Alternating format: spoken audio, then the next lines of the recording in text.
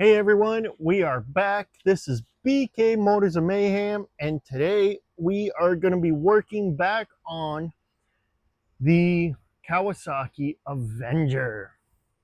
I know, very exciting. I am super excited to get this bike running. This thing is sweet. So I'm thinking today, or at least in part of this video, because I do have news, the tank liner has finally come in for the Virago. I just need to go pick it up, which will be later on in this video. We will switch gears and throw that tank liner in and hopefully try and get started and running on gas for the first time in 2 decades. But in the meantime, like I said, we will be working on the Kawasaki. So what I hope to be doing in this video is trying to see if I can get spark out of this bike. Now I've done some research. Like I said in the previous video, I do have a manual coming. It's not in yet. It's at my PO box with the tank liner, so I have to go pick it up. But I did some research, and it turns out it looks like it does need a battery to get spark. And I believe what it looks like is it entails these wires here. And well, they look awful. So what we're going to be doing is fixing up some of this wiring mess, hooking up a battery, and seeing if we can get spark out of the bike. So let's get to it. So we're going to start off by cutting some of these wires, fixing up this mess, and this mess, which I believe is the ground for the battery. Obviously it's hooked to the frame, so it has to be a ground for something. So we're going to clean this all up and make it so I can hook a battery up to it. So I'm going to start by splicing this back, stripping it, and throwing a fitting on this.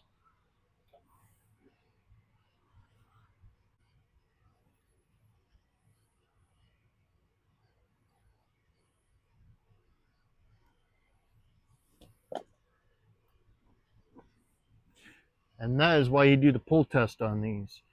Rule of thumb is if you're too scared to pull on it and think it's going to come apart, then you didn't do a good enough job. You should be able to really give her a good yank. So that is no good anymore. Just file that over there for now. Slap another one on.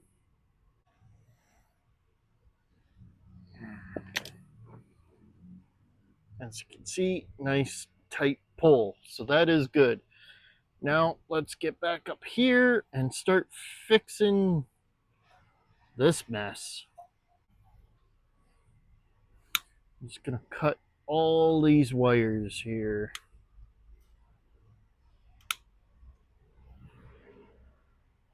Did that one already.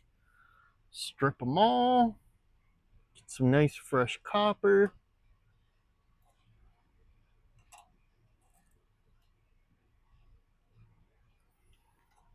This wire has been attached to another wire, so let's fix that.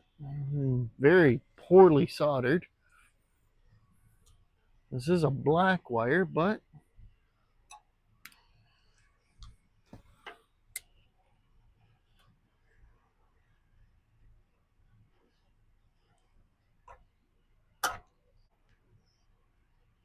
it's looking a little bit better.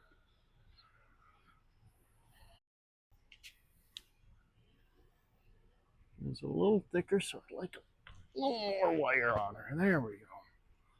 That's looking better. I'm just gonna wrap these all together. Like I said, that's what I found online for the wiring harness. Was a bunch of these wires need to be tied together, and well, these were the ones that I saw that were tied together but not hooked up to anything. So let's tie these back together. Now this is going to be fun, I can tell.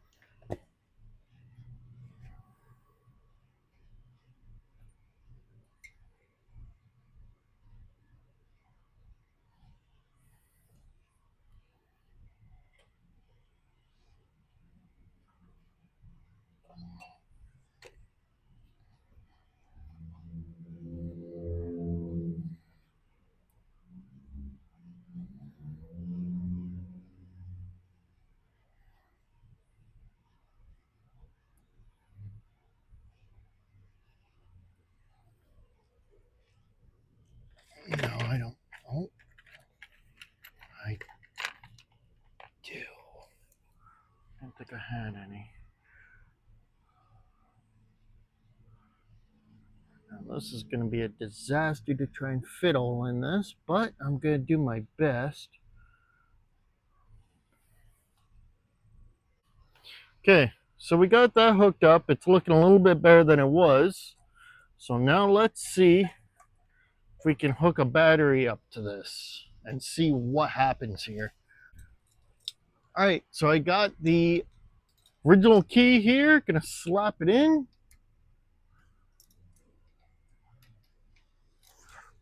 Hook it up.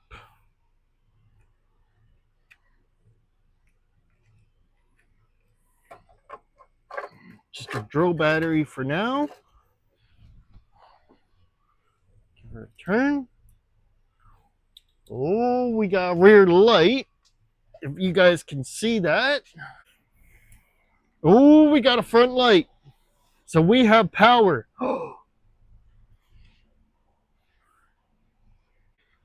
Extremely exciting. We actually have a neutral light that is working, a high beam light.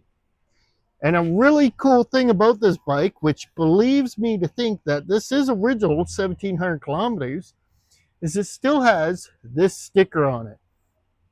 So it says, don't ride over 6,000 RPM for first 300 miles. So that would have been put on it from the factory, brand new, and it never got peeled off.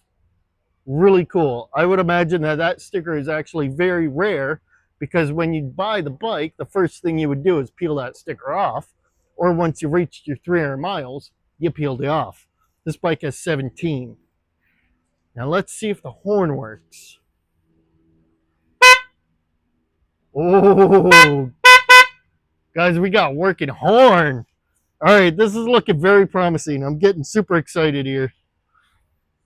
Now I think the brake light is stuck on. So the brake light works, but the sensors for it do not. So now let's see. After cleaning those points, let's see if we actually have spark. All right, so I have my handy dandy spark tester here. I'm just gonna hook this up.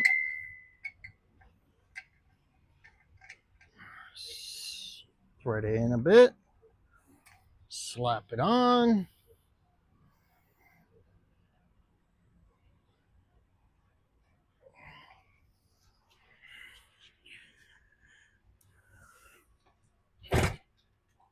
Oh, if you come over here, guys, you can see we have spark.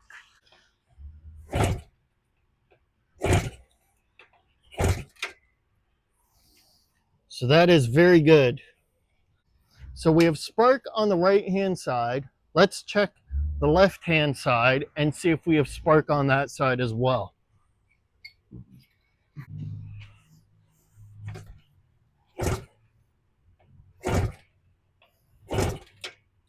All right, as you can tell, if you can see that on the camera, we do not have spark on this side.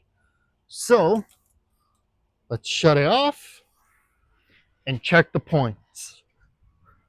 Now they should be relatively clean, but if memory serves me correct, this side of the points was really sticky. It wasn't moving quite properly. It wasn't opening and closing correct. All right, so if you guys come in here for a second, I'll show you what's going on. So you can see the spring action on this side. Very good. This side, very lazy. So I think that might be part of our problem. So that side is very lazy. So what I'm going to do is take something extremely flammable and spray it in an area that sparks. I'm just going to spray it down with some lube.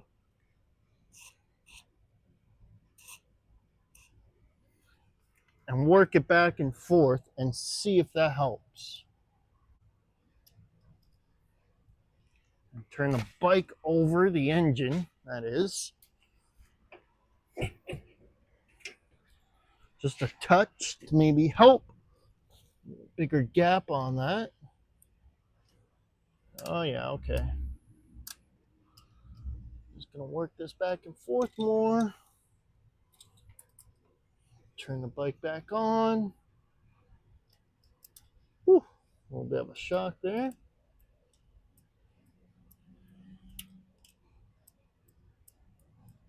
And as you can see, if you're watching here on the light, you can actually see the spark now. So we know we're getting spark up to the plug. Let's just see if it stays consistent. And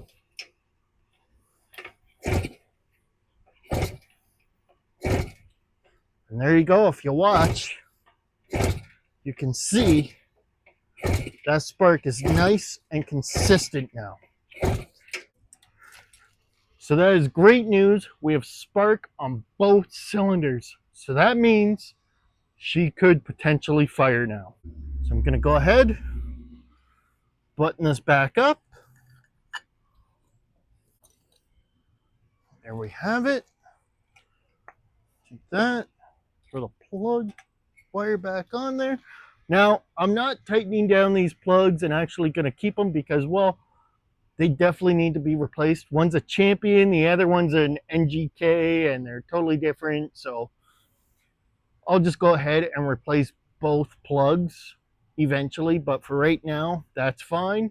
But it is on the list of things for me to pick up is a new set of plugs for this bike. So one more thing I would like to address while I'm at it, before I take this all back apart and put in the new fuel line and everything that I have ordered with the special fitting and all of that nonsense, is why don't I take a look at the throttle cable and see if I can get that butterfly to close properly. All I believe is the cable is a little stuck on the fitting and needs to be adjusted properly, which should be easy enough to do. So I'm just going to go ahead, take this cover off. So now I'm just going to slide this cover up, and as you can see, the cable is not all the way in to where it's supposed to be. So that is what I believe is stopping this from seating.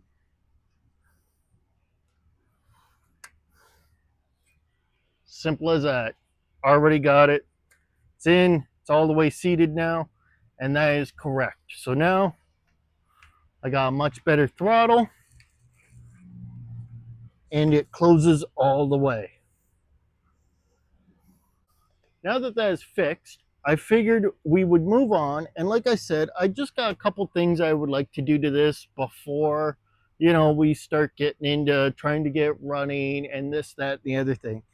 Is why not try and fix this cover? Now I know what you're thinking, BK, the thing looks terrible. It has a hole in it. How are you going to fix that? Well, I'll show you. So first things first is it is covered in this old aluminum foil tape. I'm going to get that off, and then I'll show you what I'm going to do to fix this. So I'm hoping it'll come off with just a good old sander here, palm sander.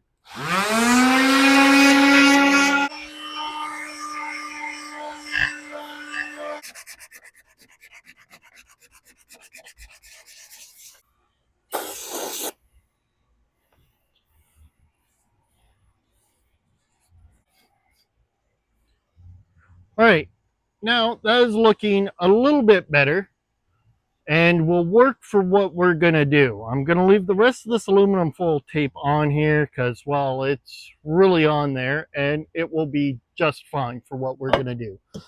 Now, next, I have to go get something and I'll be right back. Good old piece of cardboard. Now I'm just gonna roughly cut the shape of this. It's not going to be accurate by any means. It's probably going to be too small already by looking at it, but that's fine. Circle and fit. All right, now I'm just going to tape this piece of cardboard inside of this circle here just to hold it in place. All right, there you have it. No more hole. Slap some paint on it. She's good to go. No. I kid. All right. Now, on to the actual repair. We have that prepped and ready to go.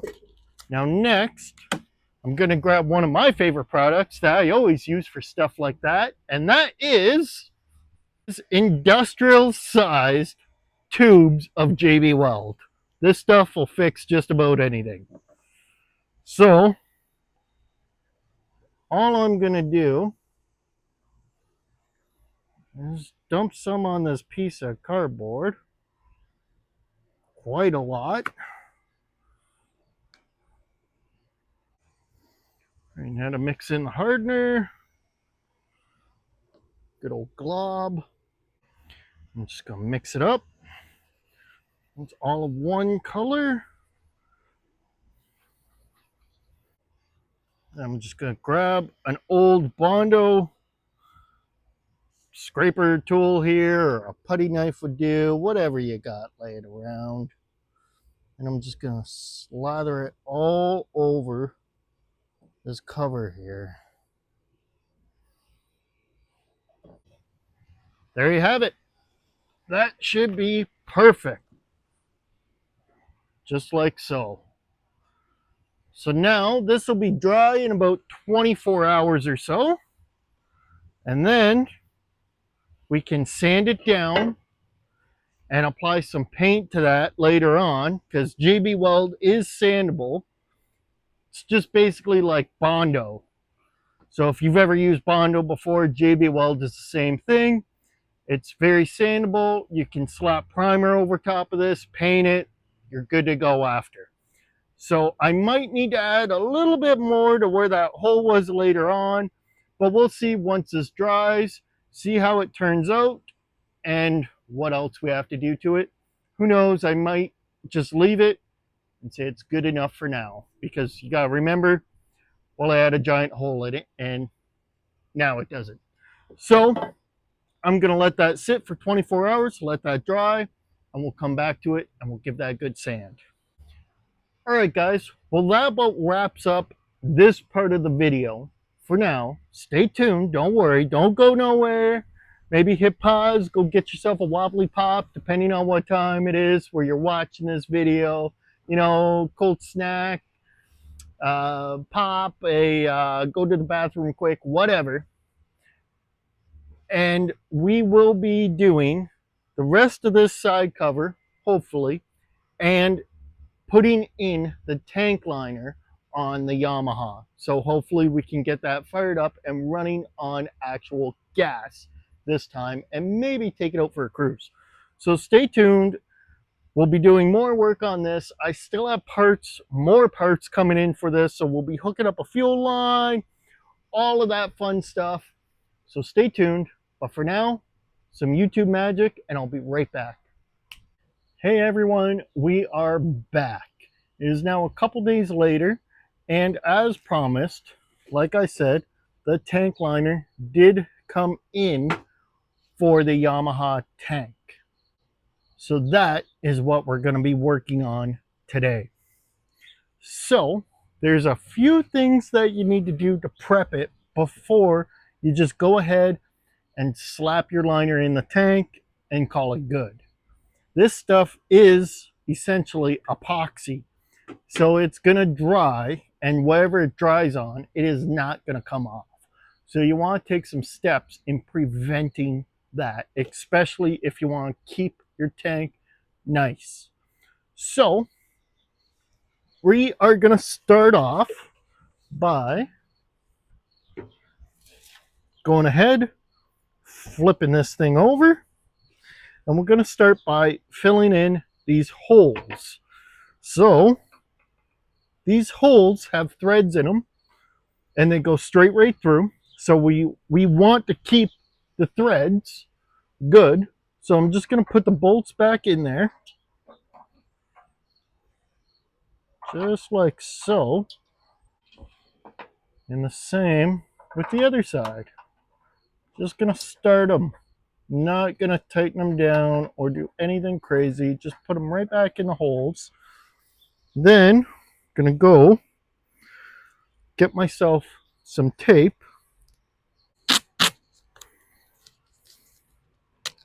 And I'm going to put some tape over these holes. These are for the fuel level sensor and the pedcock. So I'm just going to cover them up. Just simply like so. Might have to take the screws back out. Maybe. We shall see. And then just place them right back in the hole. Yep, just like that. Just going to tape those holes up really good.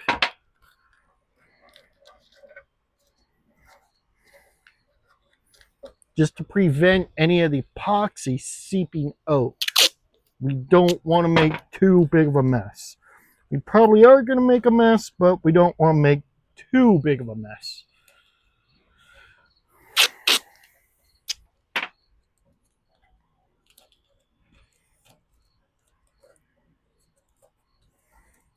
Same as this side, just tape over the hole there. Now I could go ahead, bust out some random metal, cut up some plates and all that and put those in, but tape should work just as well. Because again, this stuff is really thick, so as long as there's tape there, it shouldn't really just come gushing out of there. It might ooze out, but it should be okay. I'm going to put a drip pan underneath it later for it to dry, so it should be all right in that department. Then I'm going to go ahead, flip the tank back over. The next, not that yet, I am going to take some wax. Just any old wax, really and truthfully, and I'm just going to apply it to this tank. Thick, too. Very thick. And this will help prevent the epoxy from sticking to the paint.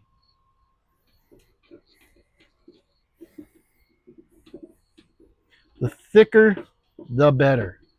I'm just going to go over the whole surface and just coat it in wax.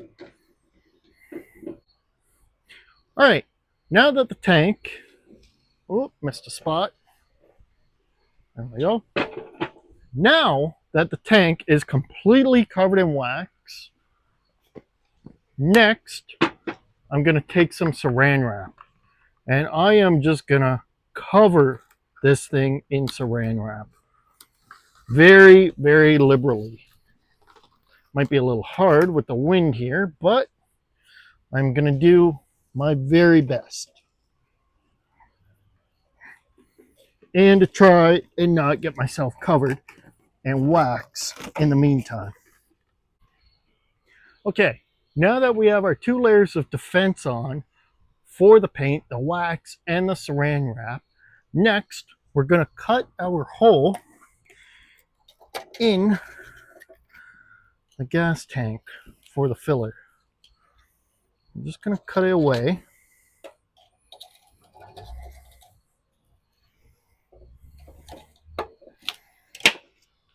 like so,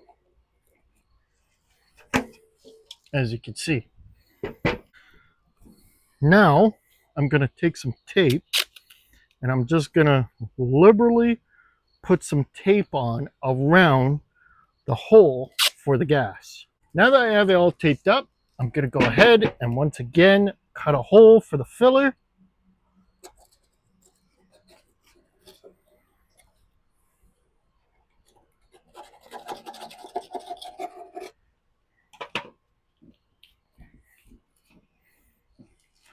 Just like so. So now that will also help with any spillage. We do not want that, especially on the paint. On the saran wrap and on the tape, that is fine, but we don't want it on the paint. We want to try and keep it nice. So next, I'm going to glove up, and now is time for the epoxy.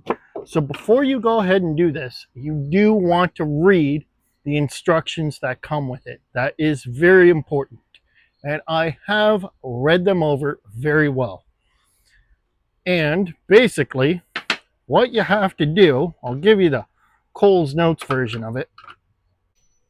All right, now that you have those child-proof tabs off your damn cans, took you about good 15 solid minutes to get them off, you want to go ahead and open your 16-ounce can first. And you want a dry, clean container. All right, now you want to go ahead and just pour it right in. All of it. These are meant for one tank. You don't want to try and split it up between two or anything like that. You don't want to try and do two coats later. You want to try and use it all when you first open it. That is the key here. Next is the hardener. So you want to go ahead, same thing, pop the lid off, head, take your hardener and just dump it right in. Now, before you go ahead and dump this into your tank, you want to stir this very good. Like I said, read the instructions for 2 minutes. So set yourself a timer if you can. You don't want to be too aggressive with the stirring because you will end up with air bubbles in it. So you just want to gently mix it around. Don't be aggressive. This isn't soup. Okay, then once you're done stirring, you can go ahead and just slowly pour the liner right into the tank. All right, then after you get it in the tank, then it's time to start moving it around. So you just want to go like this. And just in all directions.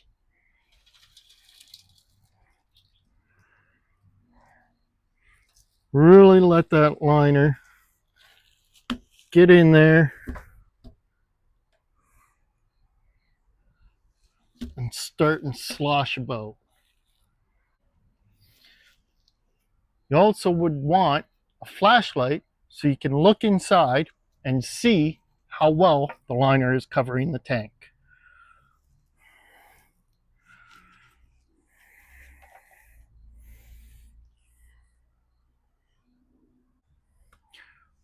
All right, so then once you have that fully coated to the best you can inside, you're going to want to let that sit for about 24 to 48 hours.